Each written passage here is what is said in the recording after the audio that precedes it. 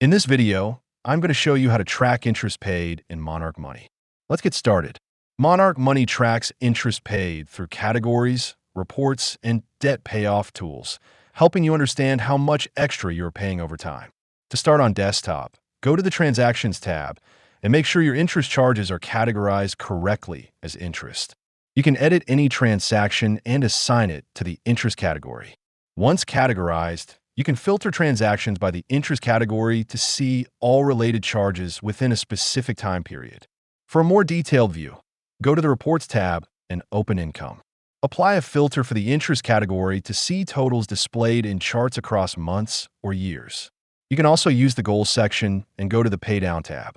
Here, you can set up your debt accounts, and Monarch will estimate total interest paid and future projections. Using these tools helps you better understand and reduce the cost of your debt. If you want to support our channel, feel free to use our affiliate link in the description below. Thanks for watching, and I will see you in my next video.